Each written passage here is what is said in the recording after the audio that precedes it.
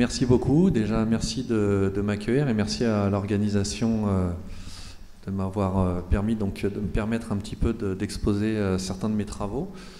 Donc, je vais revenir sur certains cas. Donc, en plus sur donc les géopolitiques de Brest, j'ai décidé de vous présenter un cas assez concret parce que je crois qu'il y a aussi un public assez étudiant. Donc, on va partir sur un cas d'école. Je ne vais pas partir sur la géopolitique des paradis fiscaux, mais prendre un territoire en particulier, donc la City de Londres. Parce que la géopolitique, donc, en reprenant vraiment les termes, moi j'ai été formé à l'Institut français de géopolitique, à l'école française de géopolitique d'Yves Lacoste, dont je vous conseille de lire les ouvrages où la géopolitique se définit donc, sur une analyse des luttes de pouvoir, des rivalités de pouvoir entre différents acteurs sur un territoire. Avec ces acteurs-là ont des représentations différentes associées à ces territoires. Donc, souvent, on peut l'appliquer très facilement à un conflit armé, c'est assez simple sur un territoire. Moi, je l'applique à des conflits économiques, notamment sur les paradis fiscaux et sur la finance offshore. Donc là, on va partir sur Londres.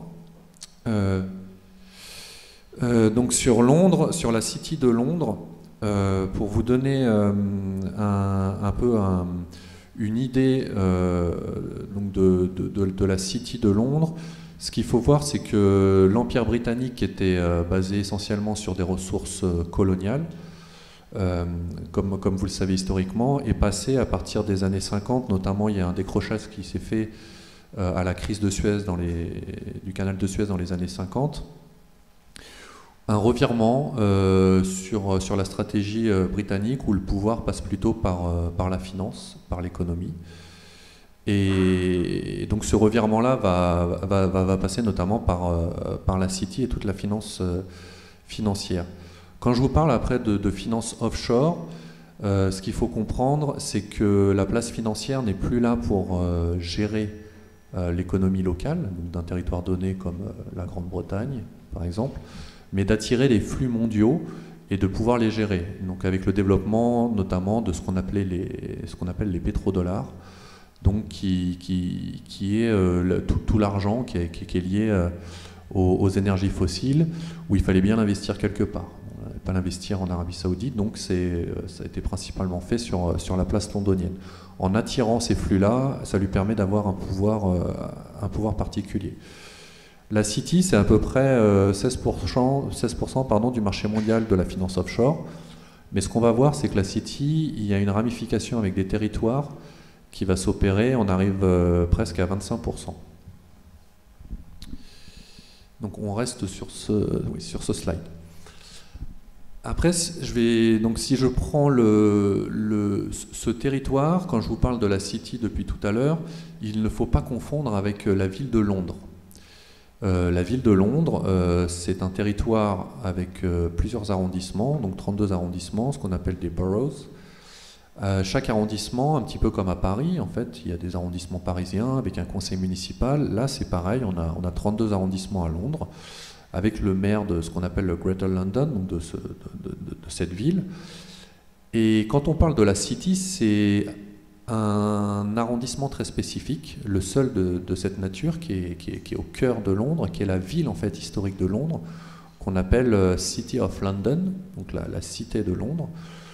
Dans le langage courant, on appelle ça aussi le Square Mile. Et cette City de Londres, vous allez le voir, a un fonctionnement très particulier, notamment en termes démocratiques. On n'est pas du tout dans un conseil municipal d'arrondissement. Cette administration, elle est régentée par ce qu'on appelle la City of London Corporation. Vous allez voir que derrière ce mot très passe-partout, qui veut presque rien dire, se cache un pouvoir assez important. Déjà, si on revient sur l'histoire, donc cette administration, City of London Corporation, sur ce territoire même où se concentrent énormément de banques, de sociétés d'assurance, sociétés d'avocats, de conseils, c'est quelque chose, donc sous des aspects de modernité, si vous êtes allé à Londres et à la City avec des beaux buildings, des gratte-ciel, etc., on remonte directement au XIe siècle. Au XIe siècle, où toute cette organisation, donc City of London Corporation, avec une chambre basse et une chambre haute, un peu comme un parlement, c'est la même organisation donc depuis le XIe siècle. On a dans la chambre basse à peu près 100 conseillers. 100 conseillers, c'est en fonction des quartiers, on a entre 1 et 4 personnes élues par quartier. Et sur l'autre chambre, la chambre haute, ce qu'on appelle la Court of Alderman, c'est des échevins, un peu l'équivalent de sénateurs chez nous à peu près, mais là on est encore au niveau municipal. Hein. On en a 25, un par quartier. Ce qui est intéressant, c'est que ces gens-là ne sont pas élus exclusivement par les gens qui habitent ce territoire. On a à peu près 7000 résidents, et ces gens-là votent, mais également, ce qui est particulier, c'est qu'on a, sur les 7000 résidents, à côté, on a à peu près 24 000 autres personnes qui votent, et ces personnes-là sont les représentants des entreprises situées sur le territoire de City of London. Donc ces représentants d'entreprise, ce n'est pas des représentants de salariés, c'est l'entreprise qui nomme une ou plusieurs personnes pour voter en son nom en fonction du nombre d'employés. Donc vous comprenez le rapport de force, 7000 résidents contre 24 000 d'un autre côté sur les entreprises, donc c'est les entreprises qui ont le pouvoir d'administrer ce territoire. Donc, si on passe au slide d'après, ce qui est aussi... comme je vous disais, sur l'analyse de ce territoire, je prends la méthode donc, multiscalaire, donc chère à la méthode développée par Yves Lacoste en géopolitique. Donc je vais partir de niveau local et on va remonter un petit peu la focale, l'échelle, pour voir les différents acteurs et les rivalités de pouvoir qui peut se jouer. Donc là, typiquement, on va être sur un niveau local où les enjeux vont être très faibles. Quand je vais vous les décrire, vous allez voir, c'est un territoire qui va essayer de gagner quelques rues, quelques bâtiments pour pouvoir étendre les règles de ce territoire. Et qui dit plus de territoire, dit plus d'entreprises, plus de fonds. Donc sur l'analyse locale, ce qui est assez particulier, c'est que déjà, c'est un territoire, si vous voyez les frontières en rose, elles évoluent, donc sur le bleu, à essayer d'inclure, de grossir. Ce qui est assez particulier, c'est comme si vous aviez un arrondissement parisien qui essaye de grossir. Donc là, on a cette force locale qui essaye de s'agrandir, mais il y a des conflits. Il y a des conflits, notamment ce que je note en vert donc dans le slide, où parfois on va avoir des associations de citoyens qui vont se constituer parce qu'ils avaient essayé de détruire notamment le marché de Spitalfields, qui est un marché donc très connu sur Londres, pour pouvoir s'agrandir.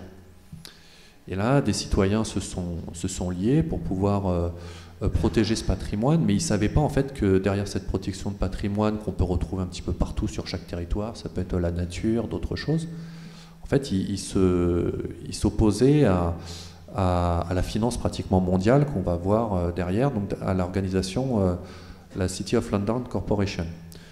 Donc, ils n'ont pas réussi à détruire notamment ce marché et à s'agrandir, et ils ont dû développer les services financiers sur d'autres quartiers londoniens, notamment à Mayfair et à Canary Wharf.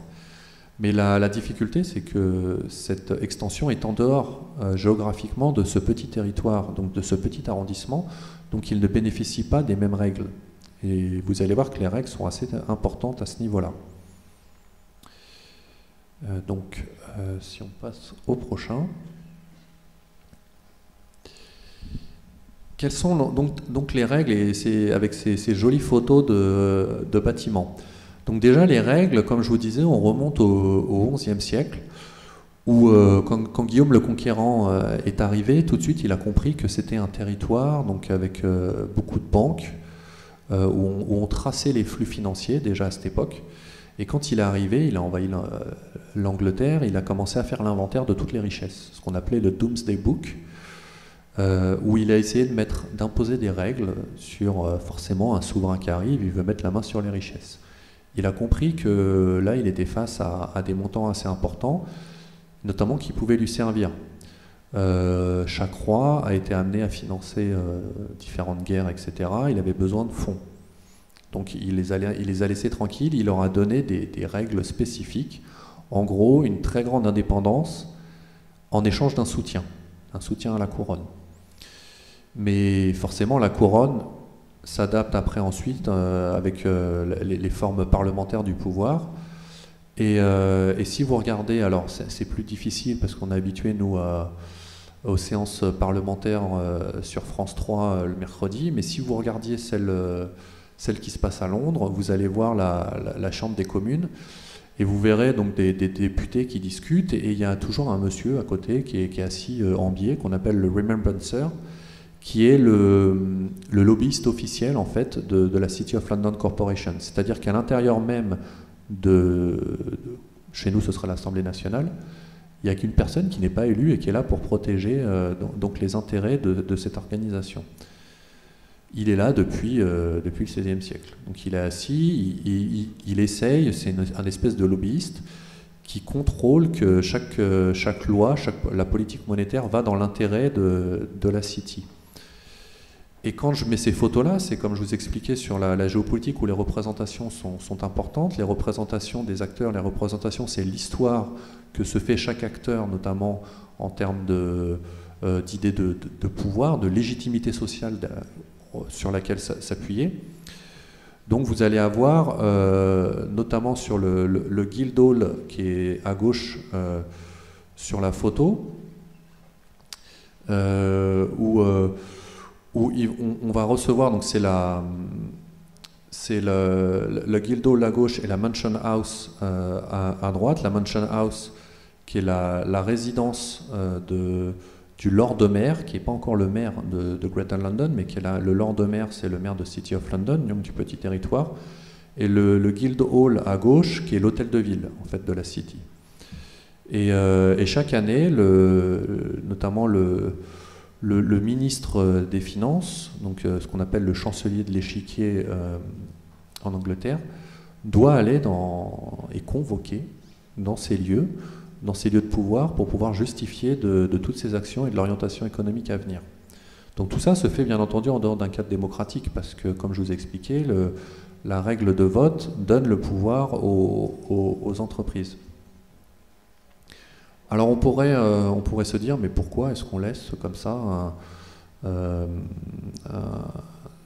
une autorité sur une politique financière d'un État? Il y a eu des tentatives de changement, notamment Clément Attlee, un travailliste au sortir de la Seconde Guerre, qui a essayé de réformer mais n'a pas réussi.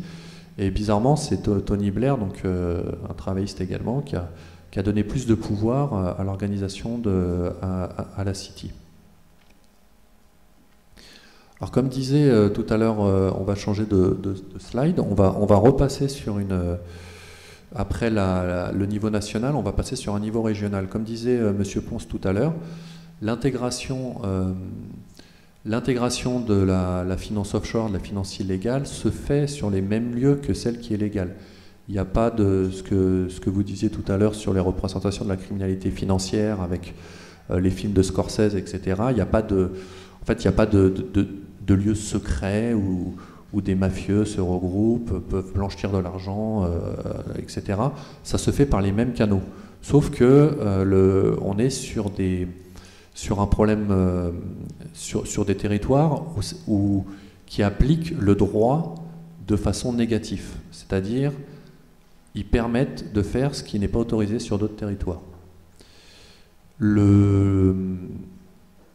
L'atout principal de City of London, c'est donc son réseau sur des territoires de la couronne britannique, des dépendances de la couronne britannique. Donc vous connaissez peut-être Jersey, Guernesey, l'île de Man, mais également des territoires d'outre-mer comme Anguilla, les Bermudes, les Caïmans, Gibraltar, les îles Vierges britanniques, etc. Qu'est-ce que proposent ces territoires concrètement? En fait, ce qu'ils proposent, c'est le secret, ce qui n'est pas proposé sur d'autres territoires. Le secret, c'est de pouvoir se dissimuler derrière généralement un trust, donc un type de société, un contrat, qui coupe l'identité de la personne qui gère les fonds du propriétaire. On a un mandataire, un trustee, qui va gérer comme une société les fonds, mais il est impossible de savoir pour qui il les gère. C'est pour ça que ce que disait encore tout à l'heure Monsieur Ponce avec les leaks, les Paradise Papers, les Panama Papers, en fait, la seule possibilité de le voir, c'est pas l'autorité. Ce sera jamais la police qui va nous donner ces informations-là. Ça va être des journalistes qui vont récupérer une clé USB et qui vont le donner au public. Et c'est là où on va voir, ah bah tiens, il y a un tel qui est derrière telle société qui gère plusieurs millions de fonds. C'est-à-dire que s'il n'y avait pas les journalistes, en fait, on n'aurait pas cette information-là parce que légalement, on n'a pas le droit de l'obtenir. Là, je peux vous dire que tout ce qui est accès clé USB, maintenant, c'est bien, tout est fermé. Ils se sont fait avoir plusieurs fois avec limite un stagiaire ou quelqu'un qui passe, qui avale tous les registres des bénéficiaires des trusts. Ça va être plus difficile maintenant de continuer d'avoir les Panama Papers ou toutes les Malta Files, les LuxLeaks, toutes ces affaires en fait qui donnaient l'identité des personnes derrière ces fonds.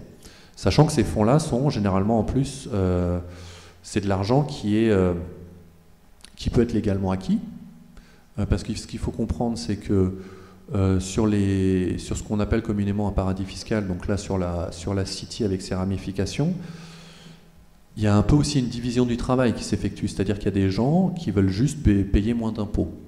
Ils ne cherchent pas à se cacher, ils veulent juste payer moins d'impôts. Donc là, ils ont une certaine légitimité, ils utilisent le droit.